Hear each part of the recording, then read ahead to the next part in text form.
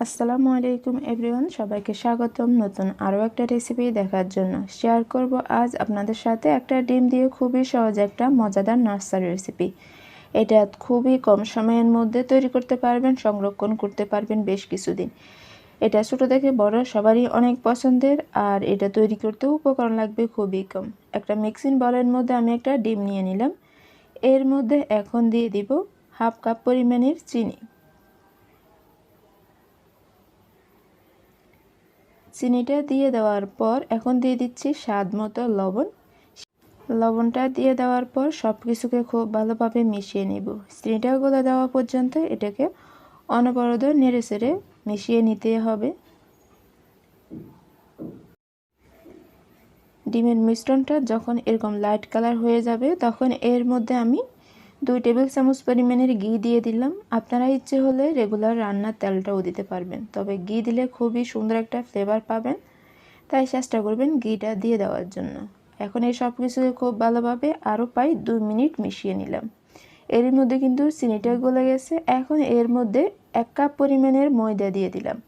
আপনারা ইচ্ছে হলে ময়দার পরিবর্তে আটাও দিতে পারবেন। এখন দিয়ে দিচ্ছি 1/4 কাপ পরিমাণের গুঁড়া দুধ। সেই সাথে এর মধ্যে দিয়ে দিব 1/4 চা চামচ পরিমাণের বেকিং পাউডার।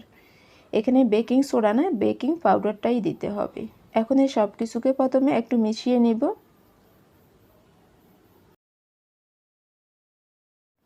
এর মধ্যে কোনো পানি অ্যাড করা যাবে না। আমি এটাকে প্রথমে মিশিয়ে নিলাম। এখন হাত দিয়ে এটাকে খুব ভালোভাবে মথে নিচ্ছি। আমি এখানে 1 কাপ পরিমাণের ময়দা দিলাম। আপনারা ইচ্ছে হলে পরিমাণ অনুযায়ী আরেকটু বাড়িয়ে দিতে পারেন। মিশ্রণটা পারফেক্ট করতে যতটুকু ময়দার প্রয়োজন হবে সেই অনুযায়ী ময়দাটা অ্যাড করে নেবেন, সেটা কম বা বেশি হতে পারে। মিশ্রণটা মথে নেওয়ার পর ঢাকনা দিয়ে ডেকে এটাকে 10 মিনিটের জন্য রেখে দিলাম। 10 মিনিট পর ফিরে আসলাম, আর এর থেকে অল্প মিশ্রণ নিয়ে আমি একটা রুটি তৈরি করে নেব। বাকি মিশ্রণটাকে ডেকে এক সাইডে রেখে দিলাম। এটাকে অত মথে নেওয়ার কিছুই নেই, জাস্ট একটু গোল করে একটা রুটি তৈরি করে নিলেই হবে। আর এই রুটি তৈরি করতে কোনো রকম তেল অথবা ময়দা কোনোটার প্রয়োজন হবে না।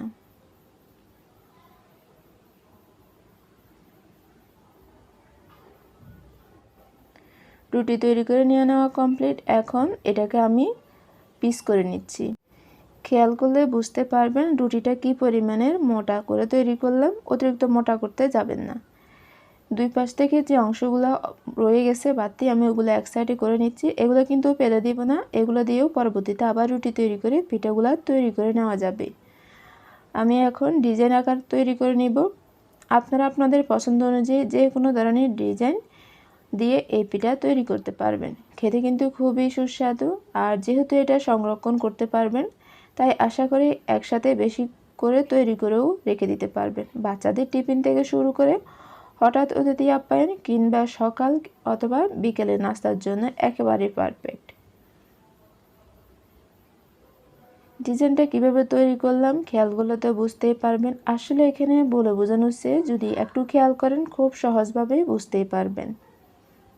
আর সেমভাবে আমি আরও একটা তৈরি করে আপনাদেরকে দেখিয়ে দিচ্ছি। এটা দেখতে যেমন সুন্দর, খেতেও আলহামদুলিল্লাহ দারুণ মজার, তাই আশা করি একবার হলেও ট্রাই করে দেখতে পারবেন।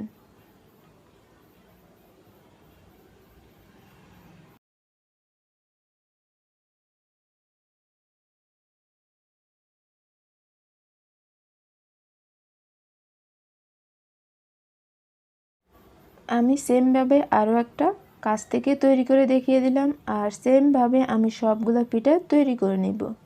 তাড়াহুড়ো করতে যাবেন না, আস্তে ধীরে সবগুলো পিঠা তৈরি করে নিতে পারবেন। আমি সেমভাবে সবগুলো পিঠা তৈরি করে নিয়ে নিলাম। আর এখন এগুলোকে তেলে ভেজে নিব। তৈরি করে বেশিক্ষণ রাখতে যাবেন না, তৈরি হওয়ার সাথে সাথে এগুলোকে অবশ্যই তেলে ভেজে নিতে হবে। চুলায় পরিমাণ মতো তেল দিয়ে আমি তেলটাকে গরম করে নিলাম। এখন চুলা আঁচটাকে মিডিয়াম থেকে কমে রেখে এগুলোকে আমি ভেজে নিচ্ছি। যে পাঁচটার মধ্যে ডিজাইন করলাম সেই পাঁচটা উল্টিয়ে দিবেন, মানে অপর পিঠটা তেলের উপরে থাকবে আর ডিজাইনের পাঁচটা তেলের নিচে থাকবে। এতে কিন্তু ডিজাইনটা খুব সুন্দরভাবে ফুটে উঠবে আর ফাটা ফাটা দাগ থাকবে না। যখন পিঠাগুলো উপরের দিকে বেশি উঠবে তখন এগুলোকে উল্টিয়ে পাল্টিয়ে গোল্ডেন ব্রাউন করে ভেজে নিতে হবে। অতিরিক্ত কালার করে ভেজে নেবেন না, কারণ এগুলা চুলা থেকে নামানোর পরও কিছুটা কালার আসবে, তাই সেই দিক খেয়াল করে কালারটা আসার পর নামিয়ে নেবেন। আমি সেমভাবে সবগুলো পিঠা ভেজে নিলাম। আর এটা কতটা সুন্দর সেটা তো দেখতেই পাচ্ছেন, আর টেস্টটা কতটা মজার সেটা দেখতে হলে বা জানতে হলে অবশ্যই পিঠাটা একবার ট্রাই করে দেখবেন। সংরক্ষণ করতে চাইলে একটা এয়ারটাইট বক্সে ভরে ঠান্ডা হওয়ার পর নর্মালে রেখে দিলে 10 দিন পর্যন্ত ভালো থাকবে। আজকের মতন এখানে শেষ করলাম। সবাই ভালো থাকবেন। আল্লাহ হাফেজ।